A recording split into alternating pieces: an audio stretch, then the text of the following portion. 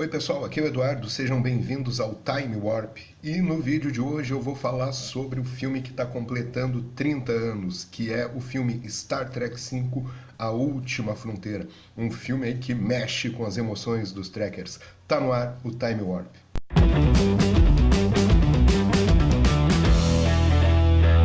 Galera, antes de começar o vídeo, eu peço que quem está assistindo se inscreva no canal, aperte no sininho para não perder nenhuma notificação, deixe o seu like e também, se puder, se torne um apoiador do canal clicando no link que está na descrição do vídeo. Vida longa e próspera!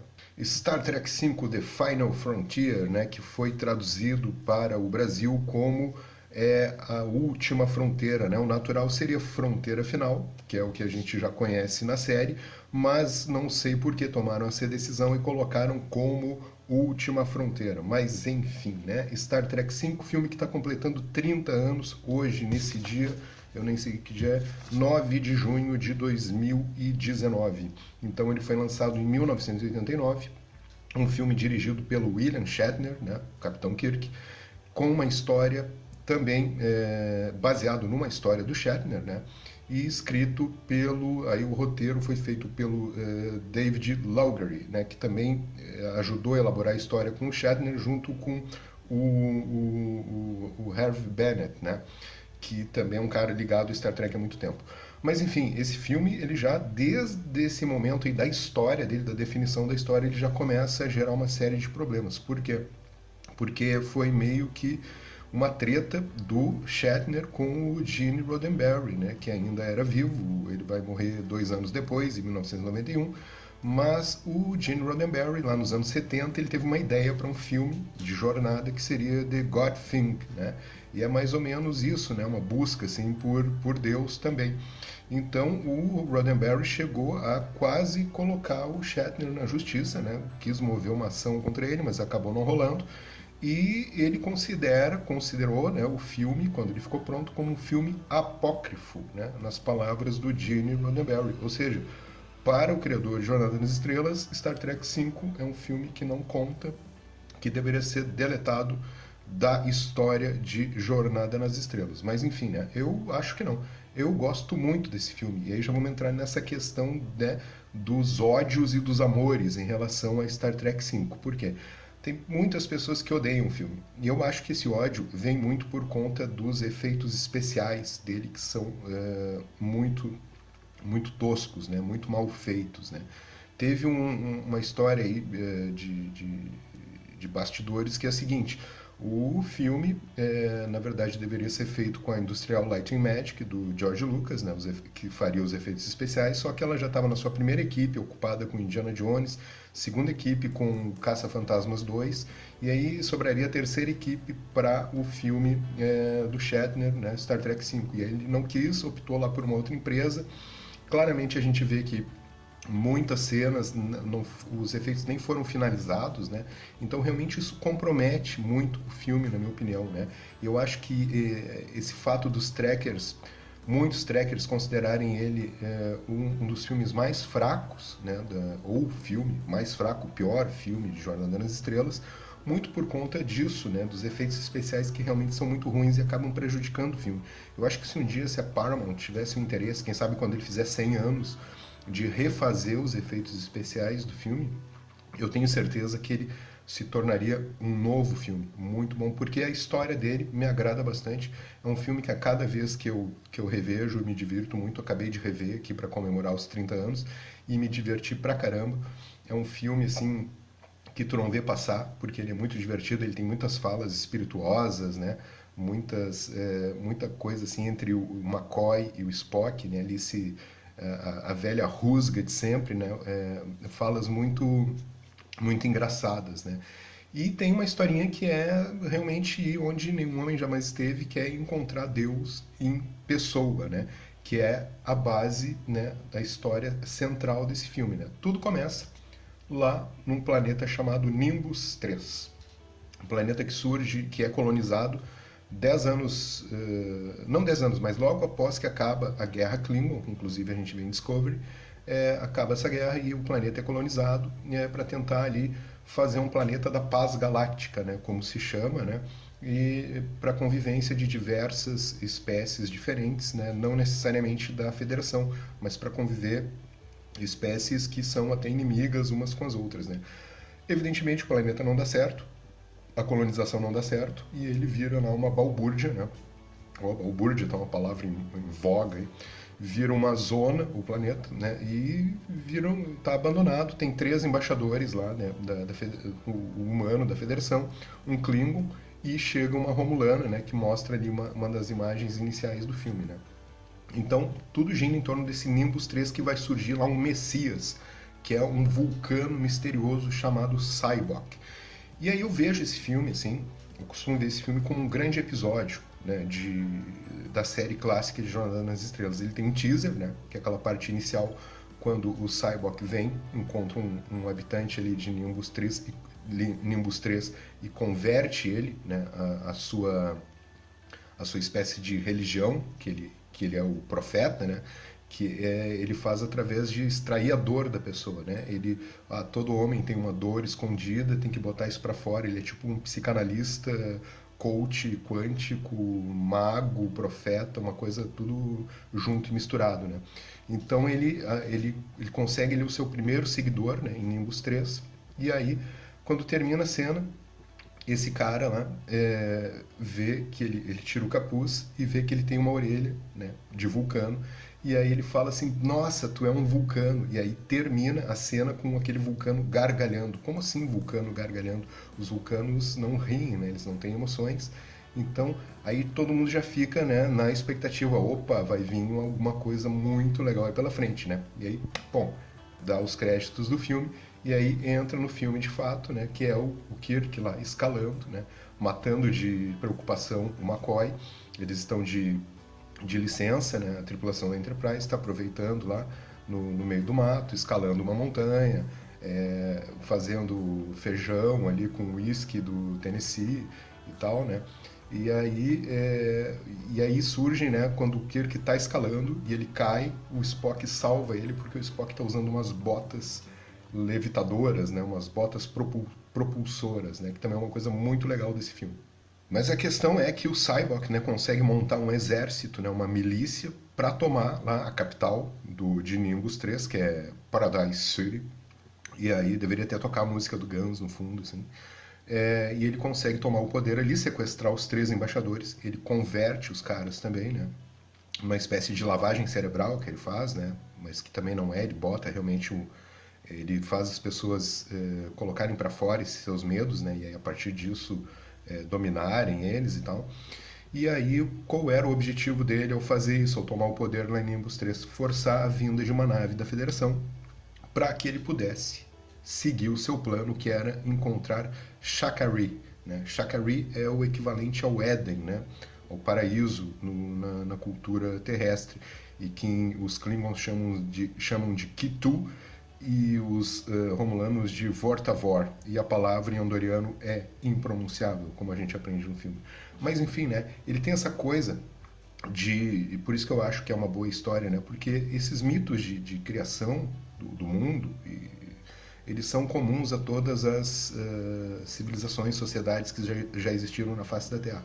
Então, evidentemente que também nos outros planetas da Federação, ou não da Federação, existem mitos, né, de criação do universo, de Deus, etc., que é aquela grande pergunta, né, de onde viemos, para onde vamos, etc.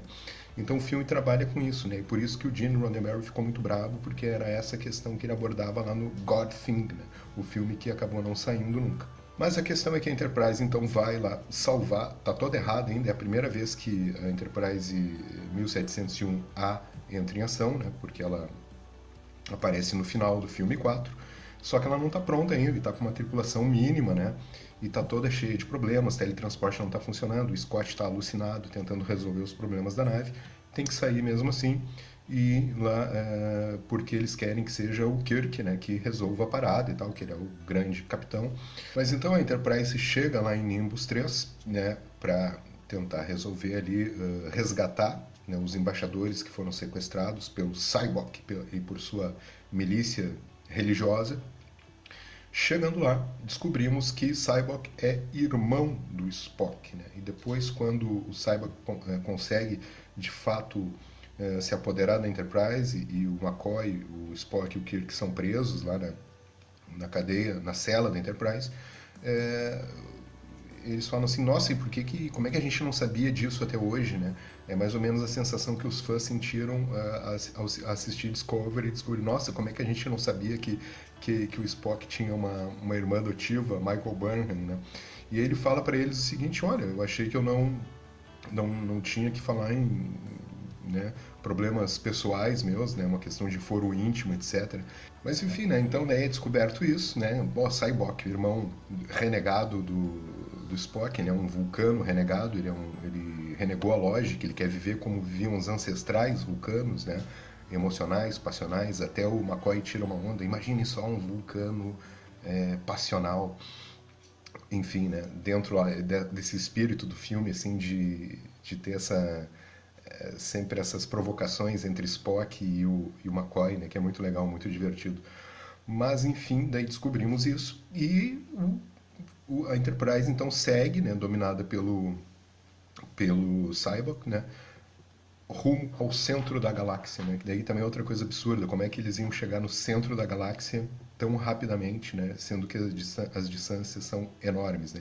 E tem uma tal de grande barreira que é intransponível para se chegar no centro da galáxia, né?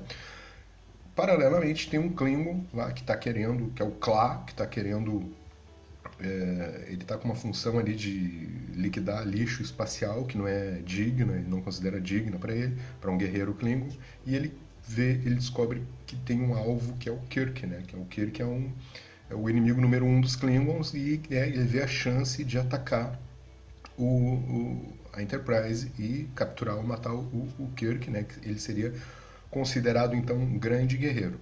Bom, eles chegam lá em Shakari, né? Ou no Éden, ou Vortavor, ou Kitu, né? E aí vão de encontro a Deus, né? Descem lá no planeta com uma nave auxiliar, e aí os efeitos especiais são muito toscos, quando assim saem umas colunas, né, do meio da Terra, aquilo ali é extremamente constrangedor de ver, mas enfim. E aí se encontram com aquele ser que diz ser Deus, né? E que na verdade logo a gente descobre que não é, porque ele começa a ficar muito interessado na Enterprise, ele quer fugir na Enterprise para levar a sua palavra para todo mundo, né?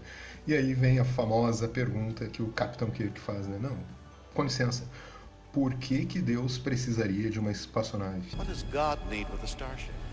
E aí ele manda um raio, né? Aquele Deus irado assim do Antigo Testamento manda um raio no Kirk, né?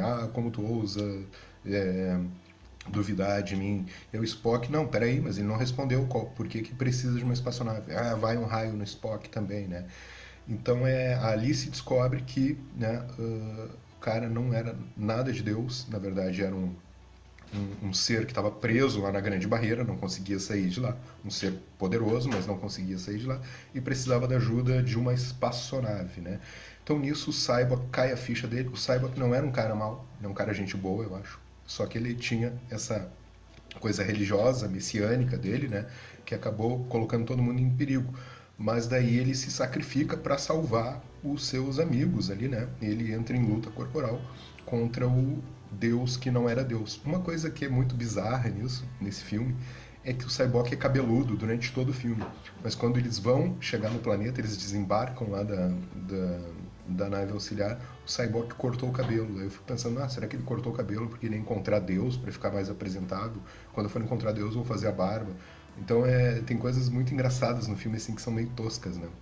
Mas enfim, para resumir assim, do que trata o filme, o que eu acho mais importante no filme, né?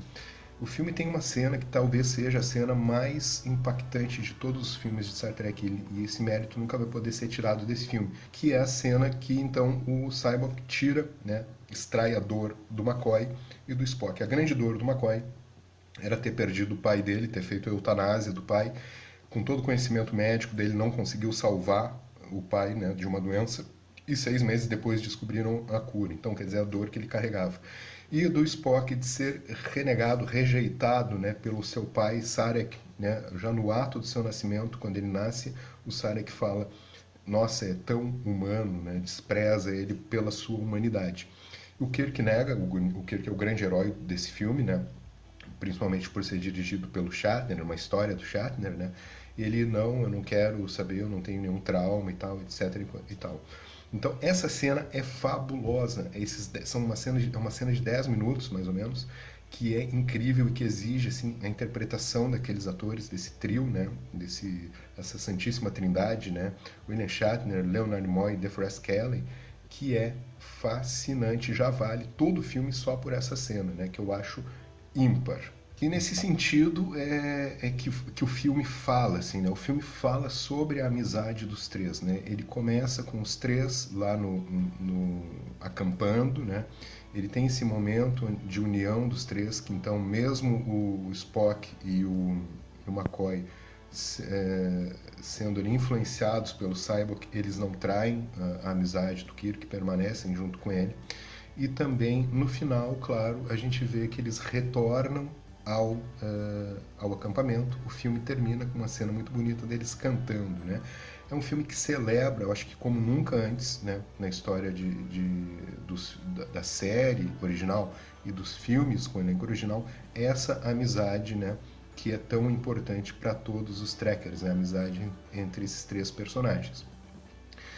E aí fecha um círculo, né? Porque lá no início, quando eles estão ainda no acampamento, antes de tudo, né?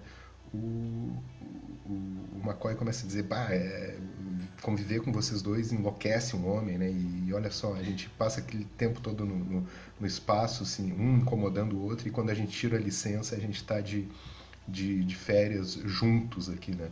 E aí o Kirk fala, porque a gente não tem família, né? Homens como nós não têm família. E aí lá no final, quando fecha, né, o círculo, eles estão olhando ali, lá para o planeta da Grande Barreira, né, onde estava aquele Deus que não era Deus. Estão refletindo, o McCoy e o Spock, sobre se Deus realmente está lá fora, né? E aí chega o Kirk, e aí o Spock diz que perdeu um irmão e tal. E aí o Kirk fala, eu também já perdi um irmão, mas eu tive sorte de recuperá-lo, que ele está falando da morte do Spock, né? Aliás, outro parêntese, a segunda menção essa morte do Spock no filme, né? Porque lá no acampamento inicial, quando o Spock não está entendendo ali o ritual que eles estão fazendo de cantar a música, o marshmallow e tal, o, o McCoy fica muito bravo e diz assim, eu preferia ele antes dele ter morrido, né? Então, voltando. Mas daí o McCoy e o Spock estão ali e eles estão falando sobre isso, sobre o Cyborg ter morrido e tal, né? Mas daí aí o Kirk fala o seguinte, não, mas nós somos família e tal, né? Aí fecha um círculo, né? Quer dizer, eles não têm uma família propriamente dita, né? Constituída normalmente, porque eles vivem no espaço, é a vida deles. Então acaba sendo a família deles, essas pessoas com as quais eles conviveram durante décadas, né, nas missões, sofreram, riram juntos durante muito tempo. Eu acho que essa mensagem do filme é muito legal, celebra, né, a amizade desses três em Star Trek. E aí só coisas pontuais assim que o filme tem muito interessante, por exemplo, a dança da Uhura, né, com as pernas de fora, lá em Nimbus 3, para atrair os guardas ali e para eles poderem roubar os cavalos, né? E aí até é muito interessante que tem um trocadilho quando eles são, né, surpreendidos pelos oficiais ali da Enterprise, e a Uhura diz assim, eu sempre quis ter um público cativo, né? E aí, falando dos cavalos de Shatner, né? Quem não sabe, o William Shatner, ele adora cavalos, ele cria cavalos, ele anda a cavalo até hoje mesmo, sendo quase... tem mais de 80 anos, quase 90 anos, né? Então tem cavalo no filme também, né, que ele adora cavalgar no filme, lá em Generations ele aparece cavalgando. O que mais que tem? O Chekhov capitão, que eu falei antes, né, que é muito legal, né, o Chekhov fingindo ali que é capitão. No filme anterior ele pensava em ser almirante, né, mas ali ele está fingindo que é capitão. Falei já do... e tem um erro de edição muito bizarro nesse filme, quando eles estão lá dentro da Enterprise, que eles fugiram da cadeia com a ajuda do Scott, né, e eles estão subindo pelos decks. E aí, abraçados no Spock, né, com as botas propulsoras, né, e aí tem um erro de edição que eles não consertaram até hoje, que eles passam pelo deck 64 e depois passam pelos deck 62, né, ou seja, como assim, né, houve um probleminha muito grave aí. Mas enfim, gente, É um filme que eu adoro, é um filme que tem problemas, é claro que tem, mas é difícil dizer, eu não consigo dizer assim, ah, esse é o pior filme de Star Trek, não consigo dizer porque realmente todas as vezes que eu vejo ele, eu sinto prazer imenso em assistir e sempre tem boas recordações, né? Dou boas risadas e assim e sinto junto, né? Aquela amizade dos três personagens mais queridos aí da série original. Pessoal, foi um prazer fazer um vídeo falando sobre esse filme que completa 30 anos hoje. Uma vida longa e próspera a todos. Até o próximo vídeo e tchau!